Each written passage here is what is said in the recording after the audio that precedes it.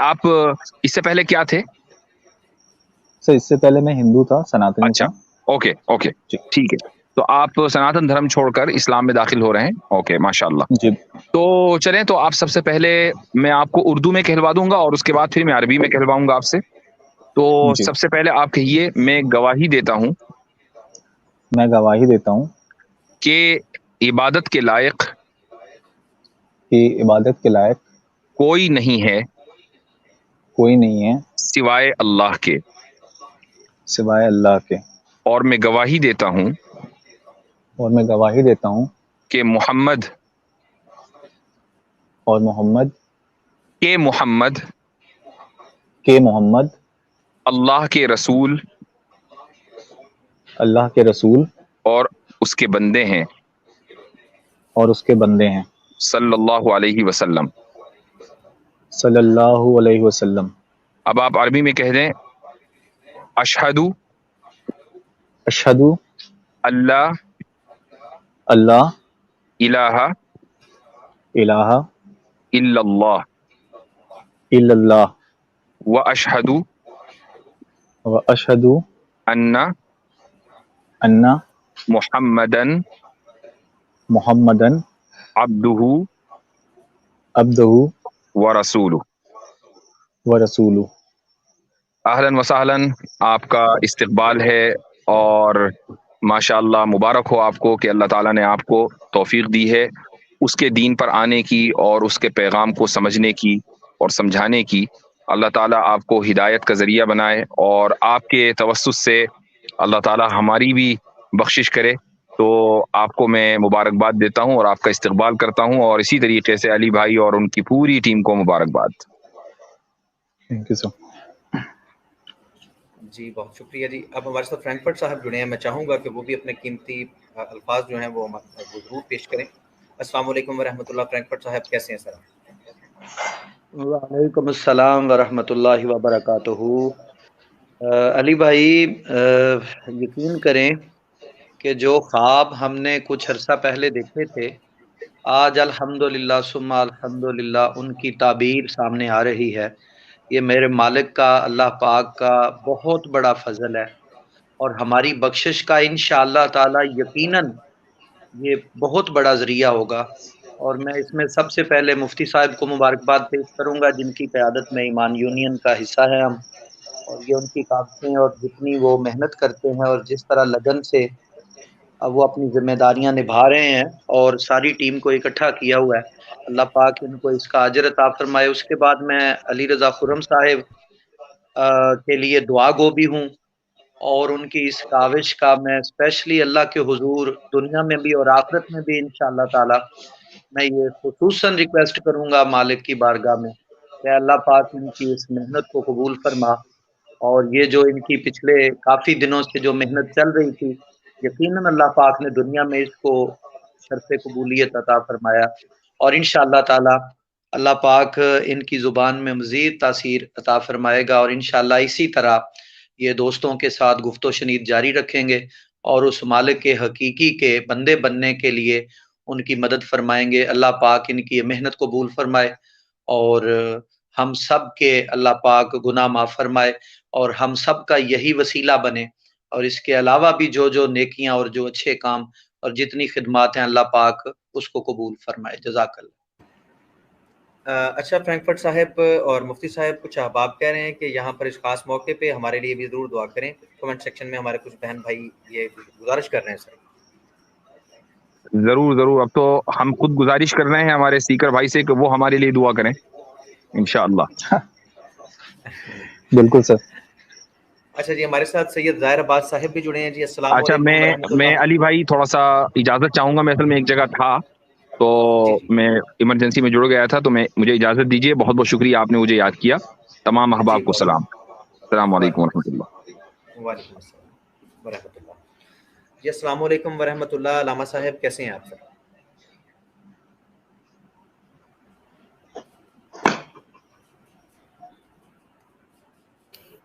वालेकुम अस्सलाम वरहमतुल्लाह। मेरी आवाज़ आ रही है आपको? जी अल्हम्दुलिल्लाह, माशाल्लाह। अल्लामा साहब बहुत अरसे के बाद आपकी आवाज़ सुन रहे हैं, अल्लाह आपको जज़ाए खैर दे। और उम्मीद करते हैं कि जल्द ही हमारी सीरीज़ जो रुक चुकी है वो इंशाल्लाह जल्द ही जारी होगी। अहबाब आपको काफ़ी याद कर रहे हैं इंशाल्लाह। अच्छा रामा साहब, माशाल्लाह आज हमारे साथ एक हमारे मेरी हिंदू भाई आवाज़ हैं। ठीक है ना, आ रही है? जी जी बिल्कुल। हमारे साथ हमारे हिंदू भाई हैं, जो हिंदू भाई जो कि एक्स हिंदू हो गए हैं अल्हम्दुलिल्लाह। उन्होंने पब्लिकली इस्लाम को कबूल किया अल्हम्दुलिल्लाह। नूर इस्लाम को देख के दायरा इस्लाम में दाखिल हुए हैं अल्हम्दुलिल्लाह। आज हमारे चैनल पे सीकर नाम से वो मौजूद हैं हमारे साथ इस वक्त।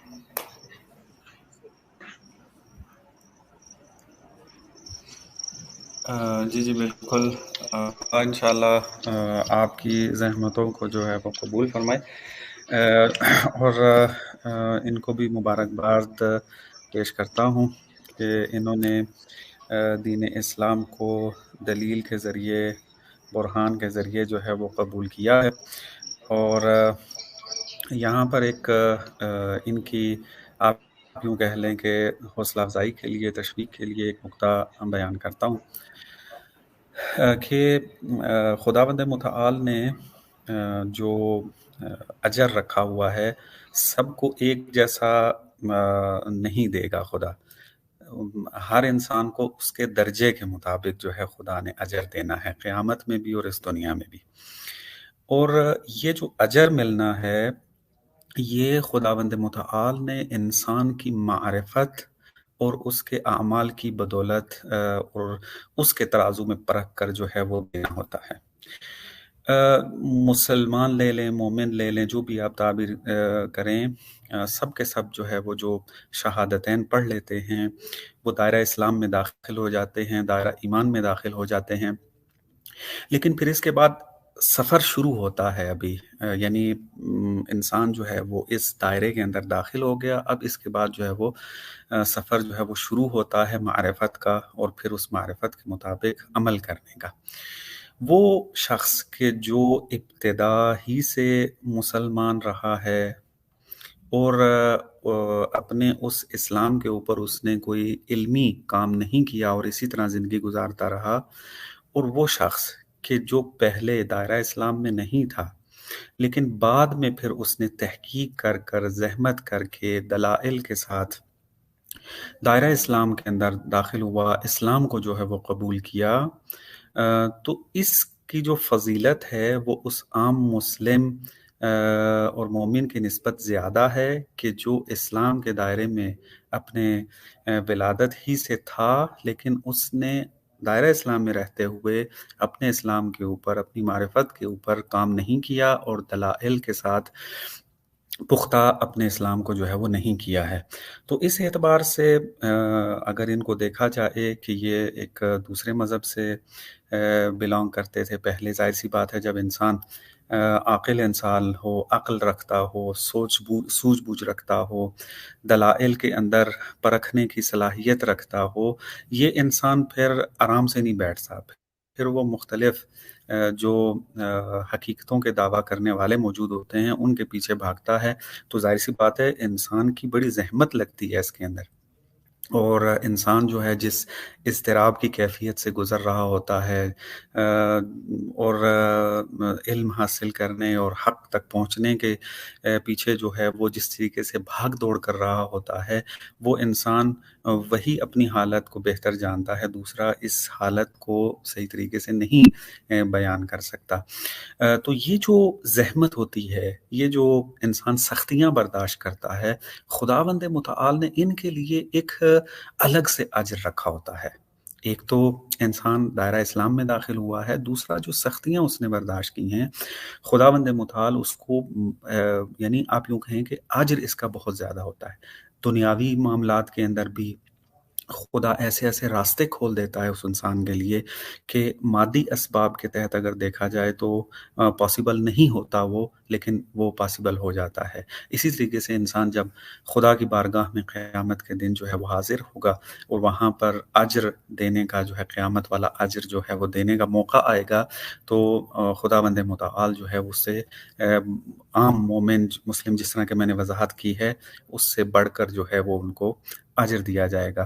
तो ये जिन्होंने अभी इस्लाम कबूल किया है तो ये दूसरी कैटेगरी के अंदर आते हैं। खुदा इंशाल्लाह जिस तरीके से इन्होंने ज़हमत करके और सख्तियाँ बर्दाश्त करके वो अपना दिन रात एक करके दीन इस्लाम की हक़ानियत को जाना है और फिर आकर अलल ऐनान, ये भी एक बहुत बड़ी आप यूँ कह लें कि जुर्रत चाहिए होती है कि इंसान हक़ तक पहुँच जाए और फिर इस हक़ को इकरार करे अलल ऐनान आकर। ज़ाहिर सी बात है बहुत सारे लोग ऐसे होते हैं जो हक़ तक पहुँच जाते हैं, हकीकत तक पहुँच जाते हैं, लेकिन उसके इज़हार में बहुत सारे तहफ़्फ़ुज़ात होते हैं, बहुत सारी मुश्किलात होती हैं, तो वो जुरअत नहीं कर पाते। तो अगर देखा जाए तो बहुत सारी चीज़ें इनके अंदर नज़र आ रही हैं और खुदा इंशाअल्लाह जो है वो इनके इस ज़हमतों को कबूल फ़रमाए और दुआगू हैं खुदा से इंशाअल्लाह इनके लिए कि खुदावंद मुतआल जो है इनको जिस तरीके से हिम्मत दी है दीन इस्लाम में दाखिल होने की, इसी तरीके से दीन इस्लाम पर मज़ीद अमल पैरा होने और उसके अंदर मारिफत के इजाफे के अंदर खुदा इनकी तौफीकात में जो है वो इजाफा फरमाए।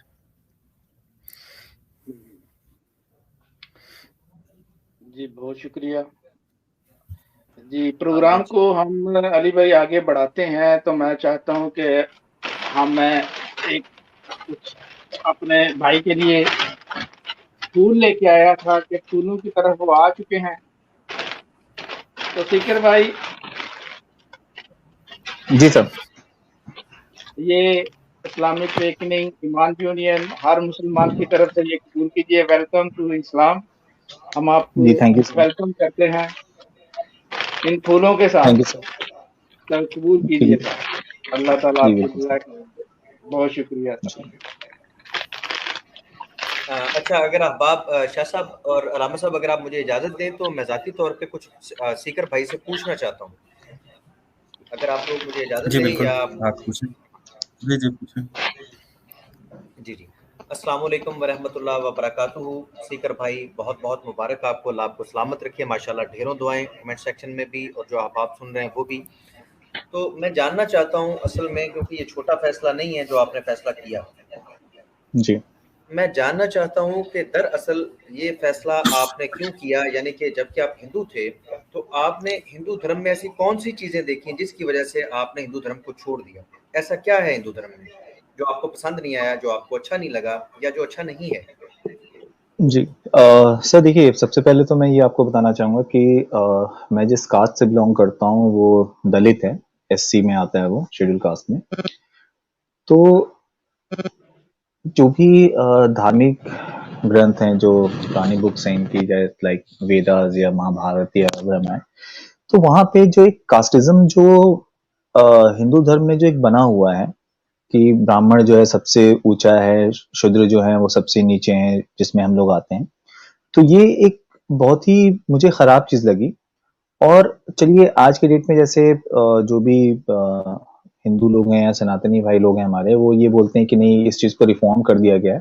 तो ये जो रिफॉर्म किया गया है वो इनकी किताबों से नहीं किया गया है।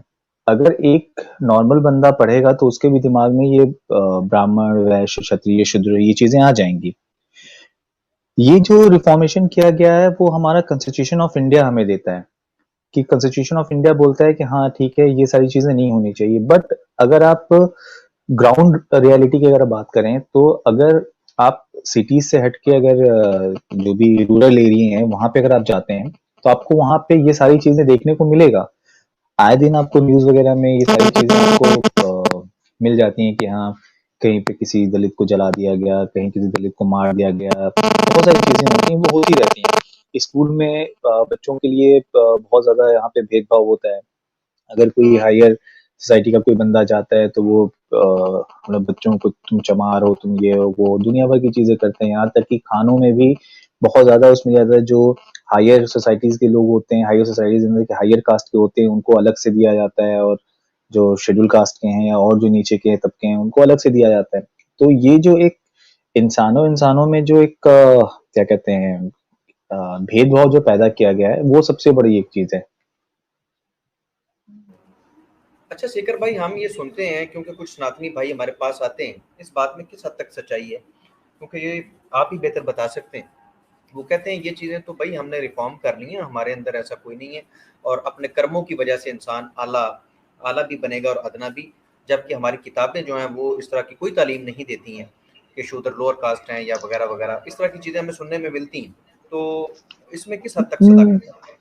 नहीं नहीं, ये बिल्कुल झूठ बात है। आप अगर बात करें कि कास्टिज्म की, तो जो ब्राह्मण लोग जो पढ़ाते हैं कि जो वेद हैं वो ब्रह्मा की किताब है, ब्रह्मा के 4 पुत्र थे जो कि वेदास में कन्वर्ट हुए, मतलब बदल गए, और जो ये 4 हैं, माथे से ब्राह्मण पैदा हुआ, हाथों से ये पैदा हुआ और पैरों से शूद्र पैदा हुए।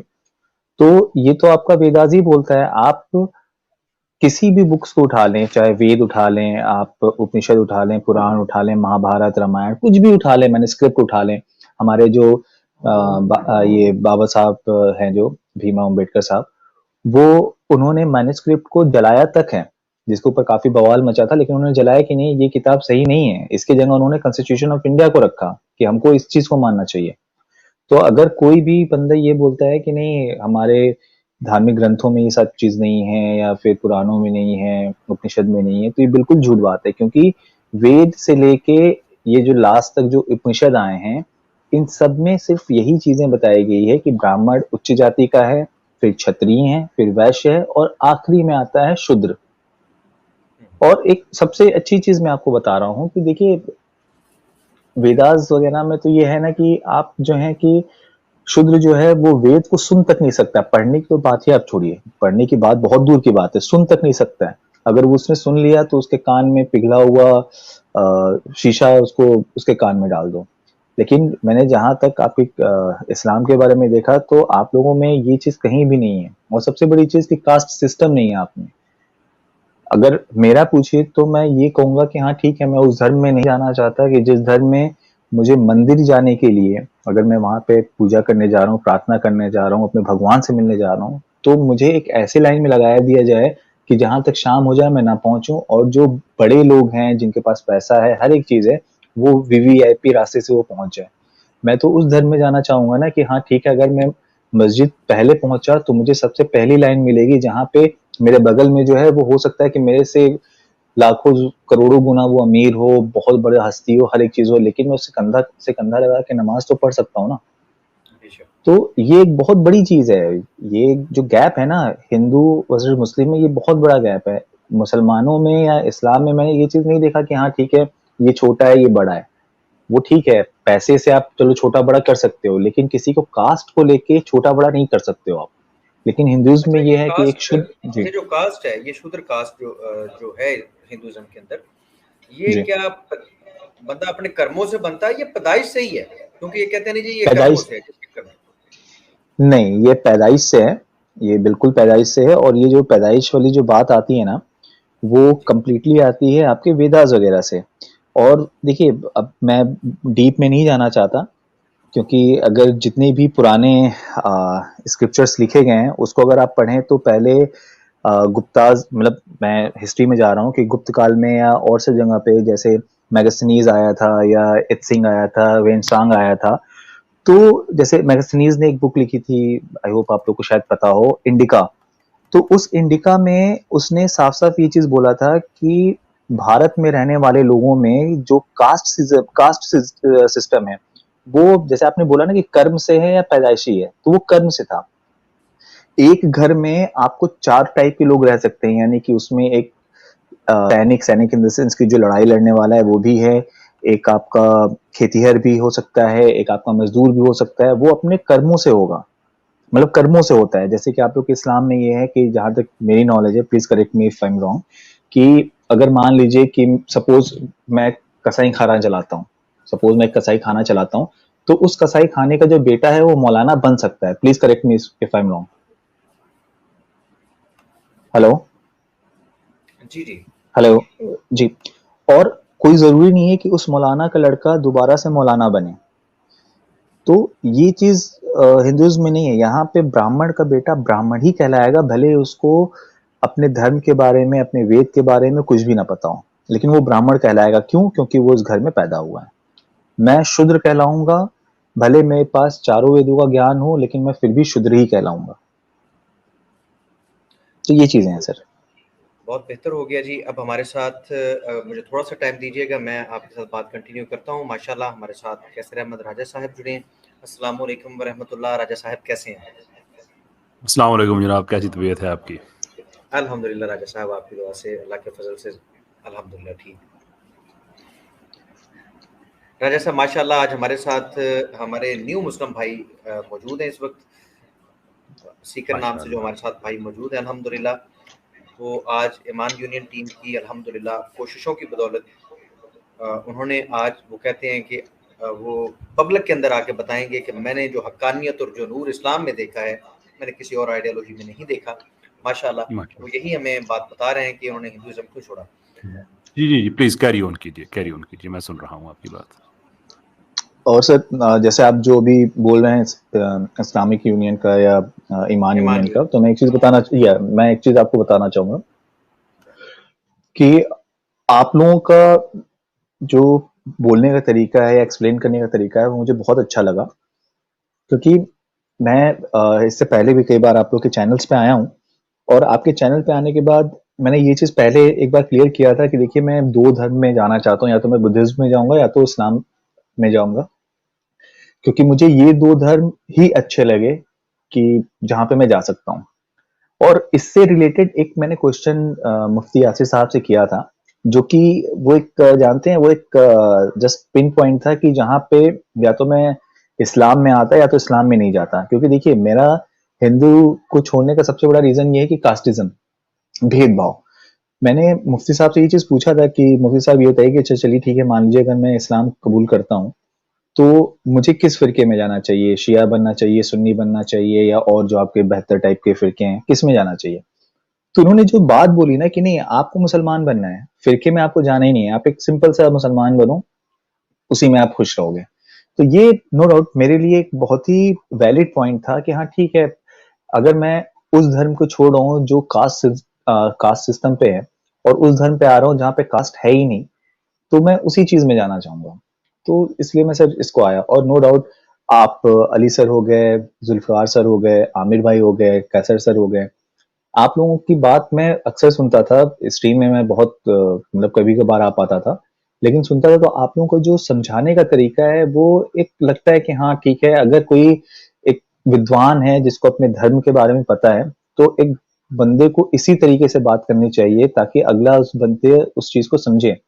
और आपसे भी सर मैंने बाद में मेल के थ्रू या जैसे भी मैंने आपसे कांटेक्ट किया, तो आप लोगों ने जो मेरे सवालात थे, जो मेरे डाउट्स थे, उसको बहुत अच्छे से क्लियर किया। कुछ क्वेश्चंस हो सकते हैं कि मैंने ऐसे पूछे थे आप लोगों से कि जिससे कि आप लोगों को बुरा लगा हुआ है, जो भी चीजें, तो उसके लिए आई एम एक्सट्रीमली सॉरी, लेकिन वो मेरे डाउट्स थे जिसको मुझे क्लियर करना बहुत जरूरी था इस्लाम में आने के लिए। नहीं सीकर भाई, ऐसी कोई बात नहीं, हमें आपकी किसी भी बात का बुरा नहीं लगा था। और आप जानते हैं कि अगर आप स्ट्रीम किसी भी स्ट्रीम पे गए, राजा साहब की स्ट्रीम में गए, अमर भाई की स्ट्रीम में गए, या मुफ्ती साहब की स्ट्रीम में गए, और आपने कोई भी क्वेश्चन किया तो उसको बड़े अच्छे तरीके से एक्सप्लेन किया गया और माइंड नहीं किया गया। इसी तरह जब पर्सनल बात हुई, जुल्फिकार साहब से आपकी काफ़ी बात रही, मेरे साथ बात चलती रही, लेकिन जब भी हमारी बात हुई तो हम आपके किसी भी क्वेश्चन पे हम हाइपर नहीं हुए, ना हमारी माथे पे खुशी कर आई, क्योंकि वो सवाल थे। बाज़ औक़ात यहाँ पर अहबाब आते हैं, वो सवाल नहीं, वो तो मैं क्या कहूँ कि वो बदतमीज़ी करते हैं। वो तो अब अल्फाज नहीं मेरे पास, जो बकवास करे, बकवास का क्या जवाब दिया जाए, तो सवाल का जवाब होता है। तो आपने सवाल किया था, बेशक वो तल्ख़ क्वेश्चंस थे, वो तल्ख़ हक़ाइक़ थे जो आप जानना चाहते थे, और आपने उसको पूछने का जो तरीका था वो तहज़ीब याफ़्ता था। हमें आपके अंदर तहज़ीब दिखाई दी अल्हम्दुलिल्लाह, इसीलिए आज आप हमारे साथ भी अल्हम्दुलिल्लाह मौजूद हैं, आपको तमाम चीज़ें समझे। अच्छा, मैं आप जानना ये चाहता हूँ कि हिंदुइज़्म तो चलो आपने छोड़ दिया, आपके इर्द-गिर्द क्रिश्चियनिटी भी मौजूद है और भी दीगर मज़हब मौजूद हैं, तो इस्लाम ही की तरफ आपका रुझान क्यों हुआ, और इस्लाम की तरफ आपका रुझान हुआ कैसे? सर देखिए, इस सवाल का जवाब मैं बहुत सिंपल सा देना चाहता हूँ। पीछे से कुछ आवाज आ रही है, बाकी दोस्त थोड़ा म्यूट कर ले। सर मैं बोलूं सर? सर मैं ये बोलना चाहता हूँ कि देखिए ये सही क्वेश्चन है कि इस्लाम ही क्यों। देखिए मैं जिस कास्ट से बिलोंग करता हूँ ना, तो उसके लोग जब अपना धर्म परिवर्तन करते हैं तो वो मैक्सिमम आप मान के चलिए कि अराउंड 70% लोग क्रिश्चियनिटी की तरफ जाते हैं। और क्रिश्चियनिटी की तरफ जाने का मतलब ये नहीं होता है कि वो क्रिश्चियनिज्म को समझते हैं। उनको बहुत सारे तरीकों से लालच दिया जाता है कि हाँ ठीक है, आपकी जॉब लगवा देंगे तो आपको पैसे दिलवा देंगे, तो एक लालच देके दिया जाता है। सेकंड एक चीज ये है कि देखिए, मेरा हिंदुइज्म छोड़ने का सबसे बड़ा रीजन था कि द कॉन्सेप्ट ऑफ गॉड, ये मैं समझ ही नहीं पाया इस धर्म में। क्योंकि आप किसको मैं भगवान मानूं? मैं राम को भगवान मानूं, मैं कृष्ण जी को भगवान मानूं, मैं ब्रह्मा जी को मानूं, मैं विष्णु जी को मानूं, मैं शिव जी को मानूं, किसको मैं भगवान मानूं? या तो मैं सबको भगवान मान के चलता रहूं तो कल के डेट में कोई एक और भगवान आ जाएगा। उसी तरीके से जब मैं क्रिश्चियंस के ऊपर थोड़ा सा, क्योंकि मेरे काफी फ्रेंड्स हैं जो मेरे से जो कन्वर्ट हुए हैं, तो वो लोग बोलते थे यार तू क्रिश्चियन में आ, तू किसी को नहीं मानता तो कब से क्रिश्चियन में आ जा, अच्छा है, ये है वो है। तो जब मैंने क्रिश्चियन के बारे में थोड़ा बहुत जब जानने की कोशिश की तो मुझे पहले ही समझ में आया कि यार इसमें तो मतलब क्रिश्चियनिटी में जो इनकी जो बुक्स हैं, लाइक आपको बाइबल जैसे बोलते हैं, तो बाइबल ही आपके 3-4 तरीके की है। मैं कितनी बुक्स पढ़ूं यार? मैं प्रोटेस्टेंट्स पढ़ूं, मैं कैथोलिक पढ़ूं, मैं कौन सा बाइबल पढ़ूं? और सबसे बड़ी चीज कि चलो ठीक है, अगर 4 ये अलग अलग किताबें हैं तो चारों में कम से कम एक चीजें लिखी होनी चाहिए ना। वो चारों में अलग अलग चीजें लिखी गई हैं। तो अब आप बात अगर मैं करूं आप एक इस्लाम के ऊपर, तो इस्लाम को जानने के लिए अगर मान लीजिए कि मैं ये सोचता हूँ कि नहीं, मैं बहुत बड़ा स्कॉलर बनना चाहता हूँ, तो मुझे सिर्फ आपका कुरान पढ़ना होगा और हदीस पढ़ना होगा। ये 2 चीजें मुझे पढ़नी होंगी। मैं स्कॉलर बन सकता हूँ। लेकिन एक हिंदू में स्कॉलर बनने के लिए, एक क्रिश्चियनिटी में स्कॉलर बनने के लिए आपको बहुत सारी चीजें पढ़नी पड़ेंगी। और उन सारी चीजों को पढ़ने के बाद आपको उनमें से कोई एक को सही लेके चलना पड़ेगा, और जो भी बाकी है उनको गलत लेके चलना पड़ेगा। नहीं, इसमें ये गलत लिखा हुआ है। क्योंकि अगर वो ऊपर वाले की बुक है, भगवान की किताब है, तो ऑब्वियसली वो सारी चीजें या तो सही होनी चाहिए, नहीं तो सारी चीजें गलत होनी चाहिए। जस्ट लाइक ये आजकल मैं जैसे आपके डिबेट्स वगैरह सुनता रहता था हमेशा, तो उसमें जैसे जो हमारे सनातनी भाई आते थे वो हमेशा ये बोलते थे कि नहीं, हिंदुइज्म में बहुत सारे रिफॉर्म्स किए जा रहे हैं। तो यार रिफॉर्मेशन क्या आप भगवान के अंदर या उसके कहे गई चीजों के ऊपर या उसकी किताबों के ऊपर आप रिफॉर्मेशन करोगे? या तो भगवान की वो बुक नहीं है, क्योंकि आपको उसको रिफॉर्म करना पड़ रहा है। और अगर भगवान की बुक है तो रिफॉर्म करने की जरूरत क्यों आपको पड़ गई? भगवान तो भाई सनातन है ना, सत्य सनातन है, वो इटर्नल है, शुरू से लेकर आखिर तक रहेगा। मैं मर जाऊंगा, ये पृथ्वी खत्म हो जाएगी, लेकिन फिर भी वो भगवान रहेगा। और उसको जब सब चीज का पता है तो फिर उसने गलती क्यों की? तो ये मेरा एक बहुत था। और हाँ, आपके जैसे कुरान शरीफ में आप लोग के पास आते हैं क्वेश्चन करने ना कि नहीं आप लोग को रिफॉर्म करना चाहिए, क्यों करना चाहिए, रिफॉर्म करने की जरूरत क्या है? आज मान लीजिए एक हमारा लॉ चल रहा है कि हाँ ठीक है, अगर आप एक मर्डर करते हो तो उसकी सजा फांसी है या जो भी चीजें। हो सकता है कि आज से 100 साल के बाद उस सजा को कुछ दूसरे में चेंज कर दिया जाए, कुछ भी उसमें चेंज हो जाएगा। तो आप जो भगवान के जो नियम कानून है उसको आप अपने बनाए हुए नियम कानून से कंपैरिजन नहीं कर सकते, ना ही आप ये बोल सकते हैं कि मेरा कानून सही है। तो मेरा सर मुसलमानों की तरफ आने का ये भी एक बहुत वैलिड पॉइंट था कि नहीं, जिस धर्म में कभी रिफॉर्म ये आप, और सबसे बड़ी चीज कि आप लोग मानते भी नहीं हो कि नहीं ये रिफॉर्म करने की जरूरत है। और एक चीज और मैं सर बोलना चाहूंगा, मेरे काफी अच्छे दोस्त हैं, उनसे मेरी बात हो रही थी, तो उसमें उन्होंने एक चीज ये बोला था कि देखिए क्रिश्चियनिटी भी एथिस्ट को एक्सेप्ट करता है, हिंदू में भी एथिस्ट आते हैं कि हाँ ठीक है, अगर आप किसी भगवान को नहीं मानते कोई बात नहीं, लेकिन आप हिंदू धर्म में रहो। आप लोग का इकलौता ऐसा धर्म है ना जो कि आप लोग बोलते हैं नहीं, अगर आप एथिस्ट हो ना तो आप इस्लाम में नहीं हो। आपको इस्लाम में रहने के लिए अल्लाह को और उनके जो मोहम्मद है उनको मानना पड़ेगा। तो ये चीज लेकिन मुझे एक सही जगह लगती पे है। दोनों चीजें कैसे ठीक हो सकती हैं कि एक बंदा कह रहा है कि खुदा है और एक कह रहा है कि नहीं है, दोनों एक जगह पे कैसे ठीक हो सकते हैं? या तो खुदा है या नहीं है।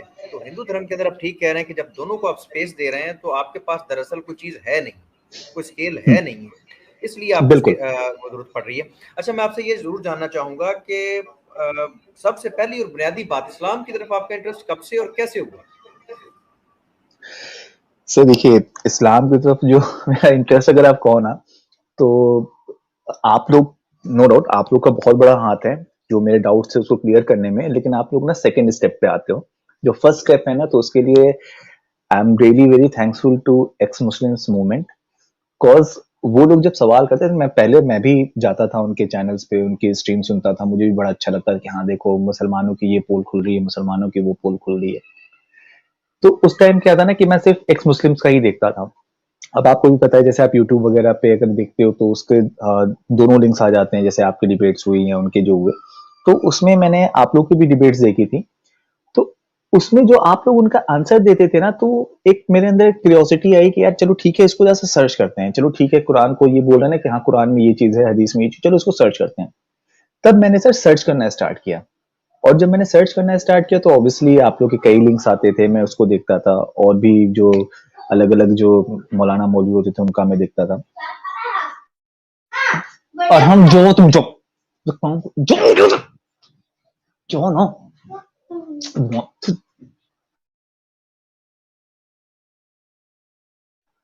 सॉरी सर, ऐसे सॉरी वो चले चले कंटिन्यू करें सर। जी कि ये माशाल्लाह। लोग जो क्वेश्चन करते हैं ना, ये सब, जी जी बोलिए सीखे सर। या तो एक चीज ये मुझे समझ में आया कि ये लोग जो बोलते हैं ना, एक्चुअली उसका कोई एक लॉजिक नहीं होता है, ये बीच की बात बोलते हैं। जैसे मैंने एक साहिल जो है हमारे एक्स मुस्लिम भाई, उन्होंने एक बड़ा अच्छा कॉन्सेप्ट दिया था कि लकुम दीनकुम वलिय दीन, ठीक है। वो एक एक छोटा सा सेंटेंस पकड़ के वो उसके ऊपर हो गया कि नहीं, इस्लाम बोलता है कि तुम्हारा दिन तुम्हारी तरफ, मेरा दिन मेरी तरफ। तो फिर मैंने उसको वाकई हिंदी में सर्च किया, तो उसका हिंदी और इंग्लिश का ट्रांसलेशन आया, तो वो मैंने पूरा पढ़ा। तो मुझे समझ में आया कि यार इसमें ये कहाँ कहा जा रहा है कि लकुम दीनकुम वलिय दीन, मतलब कि उन्होंने ये बोला ना कि अगर एक एग्जांपल देखें, अगर थोड़ा सा मैं गलत लफ्ज अगर इस्तेमाल करूं तो उसके लिए आई एम सॉरी। अगर मैं किसी की माँ को गाली दे रहा हूं तो ऑब्वियसली वो भी मेरी माँ को गाली देगा, तो मैं उसको बीच में करने के लिए क्या बोलूंगा, मैं ये बोलूंगा भाई ऐसा है, मैं तेरी माँ को गाली नहीं दूंगा, तू मेरी माँ को गाली मत दे। तो उसमें यही चीज मुझे समझ में आया। फिर मैंने और जब चीजें जानने की कोशिश करी, तब मुझे समझ में आया कि ये जितनी भी चीजें कर रहे हैं ना, वो सारा का सारा उनका एक प्रोपेगेंडा है, कुछ नहीं है, सिर्फ प्रोपेगेंडा है। मैं इनफैक्ट मैं एक बार आमिर भाई के चैनल पे गया था, वो मेरा फर्स्ट लाइव वो था। तो उसमें उन्होंने पूछा था कि आप क्या हैं, सनातनी है? मैंने बोला कि नहीं सर, मैं सनातनी नहीं हूँ। तो उन्होंने तुरंत बोला कि अच्छा अगर आप सनातनी नहीं है तो क्या है? मैंने बोला कि सर मैं सनातन धर्म छोड़ चुका हूँ। तो उन्होंने बोला कि आप फिर एक्स हिंदू क्यों नहीं लिखते हैं? तो मैंने उस टाइम बोला था कि सर ये एक्स लगाना ना, ये बेवकूफी है, ये आप ये जता रहे हो कि हाँ मैं एक्स मुस्लिम हूँ, इसलिए मुझे ज्यादा पब्लिक आए मेरे पास, मुझे फंड दे, मुझे दुनिया भर की चीजें करें। तो यही इनका काम है और कुछ नहीं है। आप बताइए, न्यूज चैनल्स पे उनको बैठा लेते हैं क्या बोलूं मैं। अच्छा सीकर भाई, आपने ये देखा है कि इन्होंने न्यूज़ चैनल्स पे बैठ के, खुसूसन ये जितने भी पहलवान हैं एक्स मुस्लिम, इन्होंने तमाम ने कुरान हकीम के ऊपर जो झूठ बोले कि कुरान हकीम के अंदर ये आयत लिखी हुई हैं, सच वाला से लेके समीर तक सब के अल्हम्दुलिल्लाह हमने वो सारी चीज़ें इनकी पकड़ के दिखाई हैं, अभी तक इन्हें शर्म नहीं आई। तो क्या आपने ऐसी चीज़ें भी नोट की कि ये बाज़ औक़ात अहादीस के बारे में, एक तो होता है ना मफ़हूम गलत बयान कर देना, बाज़ औक़ात तो ये पूरी की पूरी आयत भी इस धड़ल्ले से बयान कर देते हैं कि कौन सा किसी ने जाके वेरीफाई करना है। सर मैं आपको एक सिंपल सी चीज बोल रहा हूँ, आप इंडियन मीडिया की बात अगर कर रहे हैं, मैं बहुत सिंपल सा एग्जांपल दे रहा हूँ। अभी कुछ दिन पहले जैसे जो हमारे न्यूज चैनल्स हैं, मैं नाम नहीं लेना चाहता हूँ, उसमें टैक्स चल रहे थे कि सऊदी में जमीन फाड़ के मंदिर निकला, प्रूफ हो गया कि वहां पे पहले हमारे मंदिर थे, ये थे वो थे। फिर मैंने उसके ऊपर जब देखना शुरू किया, रिसर्च थोड़ा सा अपनी तरफ से करना शुरू किया, तब मुझे पता चला कि पहली चीज तो ये कि वो 8000 साल पुराना नहीं था। दूसरी चीज ये कि वो मंदिर था तो किस भगवान का मंदिर था? मंदिर तो था ही नहीं वो। वहां पे जो आपके स्क्रिप्चर्स मिले हैं वो मदेसर बिन मुनीम करके एक थे फर्द, उनकी हिस्ट्री लिखी, हिस्ट्री इन द सेंस कि उन्होंने जो लड़ाई लड़ी वो कैसे लड़ी, क्या लड़ी, कब लड़ी, ये सारी चीजों के जिक्र है। तो ये जो हर एक चीज पे बोलते हैं ना मंदिर मंदिर, ये एक दूसरा ही कॉन्सेप्ट। इस पे अगर कोई कभी मौका मिलेगा तो मैं आपसे बात करूंगा, क्योंकि एक्चुअली मंदिर comes from a word temple. Temple कभी हिंदू धर्म के मंदिरों के लिए नहीं बोला गया है, क्योंकि टेम्पल तो अंग्रेजों का दिया हुआ है। खैर ये दूसरी बात है। लेकिन आप न्यूज चैनल की सर बात न करें, क्योंकि आज के डेट में जो हमारे यहाँ का जो पॉलिटिकल सिस्टम है वो कम्प्लीटली ऐसा है कि आप एक पर्टिकुलर रिलीजन बेस आप काम करते रहो, आपका काम होता रहेगा। अगर आप उस लीग से हट के काम करोगे तो आपको कोई नहीं देखेगा। क्योंकि क्या कहता है इस्लाम, जैसे आप वो पिनाज सागी का करते हैं, क्या कहता है इस्लाम, अगर आप कर रहे हो, डेली कर रहे हो, तो आपके पास क्या और कोई मुद्दा नहीं है? आप इस्लाम के बारे में अगर इतना गलत चीजें अगर गलत बयानी करना चाह रहे हो, जैसे ये साहिली हैं हमारे या समीर आ जाते हैं या जो भी चीज आ जाते हैं, मैं एक चीज देखता हूँ कि उन लोग से अगर आप ये देखो कि टीवी पे वो कैसे बात करते हैं और उनके चैनल्स पे जाओ तो वो कैसे बात करते हैं, तो वो तो डबल स्टैंडर्ड खुद ब खुद अपने हैं। जो बंदा खुद एक डबल स्टैंडर्ड है, वो क्या बंदा किसी धर्म के बारे में बोलेगा? मैं तो एक बार एक हमारे एक्स मुस्लिम साहब हैं, मैं उनके चैनल पे गया था, उन्होंने मुझे किक आउट कर दिया था। मैंने सिंपल सा एक क्वेश्चन पूछा था कि ठीक है सर, चलो मैं मानता हूँ कि इस्लाम जो है वो गलत है, मैं इस्लामिक नहीं हूँ, मैं मानता हूँ इस्लाम गलत है, लेकिन आप मुझे एक बात बताएं कि जो क्वेश्चन आप पूछ रहे हैं, क्या 1400 साल में आप ये मानते हो कि इन 1400 साल में कोई भी ऐसा इंसान नहीं पैदा हुआ पूरे वर्ल्ड में जो कि ये सब क्वेश्चंस समझ सके कि हाँ क्या क्या इस्लाम में क्या क्या चीजें हैं, क्या क्या चीजें नहीं है? भाई, आप अगर स्कॉलर्स की बात करें तो ऐसा नहीं है, जो हिंदू हैं वो भी कुरान शरीफ के बारे में पूरा पढ़ते हैं, एक एक चीज पढ़ते हैं। जो मुसलमान हैं वो भी वेदास को पूरा डिटेल में पढ़ते हैं, रामायण को डिटेल में पढ़ते हैं, उनकी नीयत चाहे जैसी भी हो, उन्होंने कभी नहीं खोजा। आप लोग एक्स मुस्लिम हो गए और आप लोग ये चीजें खोजने लगे कि नहीं, मोहम्मद साहब ने 6 साल की लड़की से शादी किया था तो लकुम दीनकुम वलिय दीन है, तो ये है तो वो है।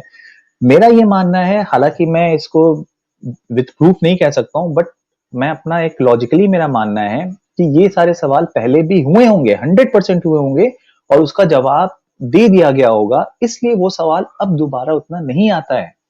नहीं तो एक सिंपल सा है, आतंकवाद है, जिहाद है, ये एक नॉर्मल जो एक ब्लेम होता है इस्लाम के ऊपर, ये चीज आता है तो वो आज से नहीं आ रहा है। वो 10 साल से जब किसी को इस्लाम के बारे में बुरा बोल रहा है कि नहीं देखो इतने आतंकवादी मुस्लिम से हैं, इतने जिहाद आप लोग करते हो, तो ये एक कॉन्सेप्ट है। वो एक गलत रेफरेंस लेके आते हैं, गलत रेफरेंस देके वो चले जाते हैं, और जब वो चले जाते हैं तो और जो आपके स्कॉलर्स होते हैं वो बेचारे उसको डिफेंड करने में लग जाते हैं, बस जी यही होता है माशाल्लाह, सर। बहुत ज़बरदस्त। अब मैं आप से चाहूँगा खुसूसन कैसर अहमद राजा साहब, क्योंकि अभी तक वो गुफ्तगू नहीं फरमा सके। तो राजा साहब, एक तो वेलकम, और दूसरा माशाल्लाह हमारे भाई हैं, इनके बारे में आप क्या फरमाएंगे सर? आपने गुफ्तगू माशाल्लाह सुनी है सीकर भाई की।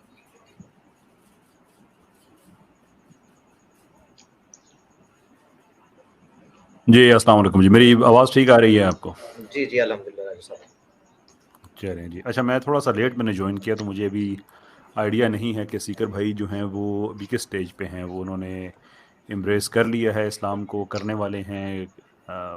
थोड़ा सा मुझे अगर इस पे आप अपडेट कर दे तो।